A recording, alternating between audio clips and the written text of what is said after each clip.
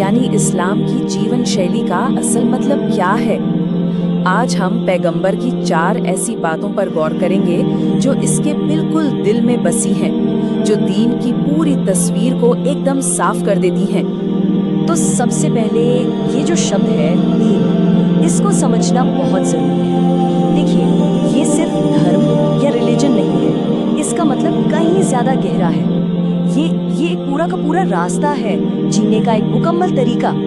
तो सवाल ये उठता है कि इस रास्ते की बुनियाद क्या है, इसका सबसे पहला सबसे ज़रूरी उसूल क्या है।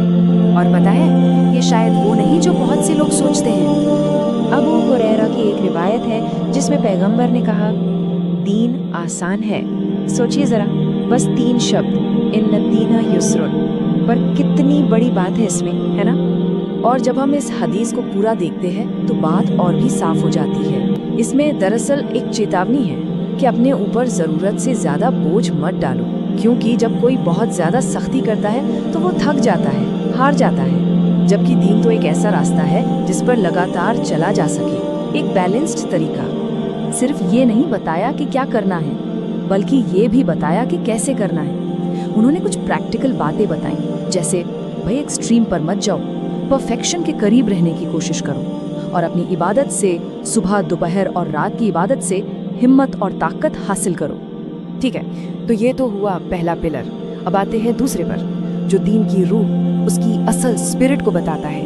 और कमाल की बात यह है कि ये भी बस एक लफ्ज में सिमट जाता है। पैगंबर ने कहा, अद्दीनुन नसीहा, मतलब दीन नसीहत है। अब यहाँ नसीहत का मतलब सिर्फ किसी को एडवाइस देना नहीं है, नहीं, इसका मतलब बहुत बड़ा है।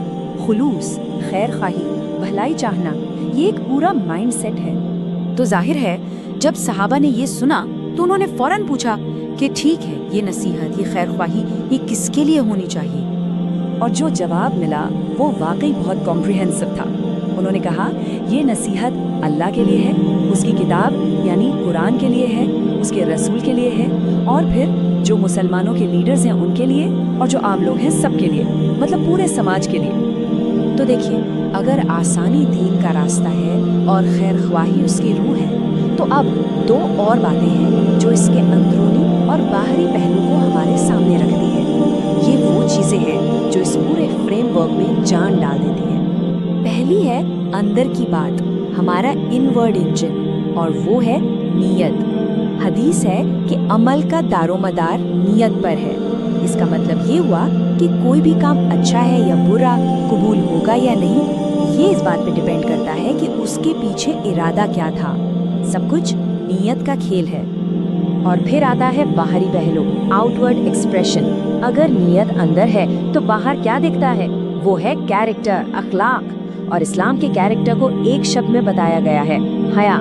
हया यानी सिर्फ शर्म नहीं, बल्कि इसमें सेल्फ रिस्पेक्ट, एक मॉरल कॉन्शियसनेस, सब कुछ शामिल है। तो ये जो 2 चीज़ें हैं, नियत और हया, ये समझ लीजिए कि दीन का इंजन और उसकी बॉडी है।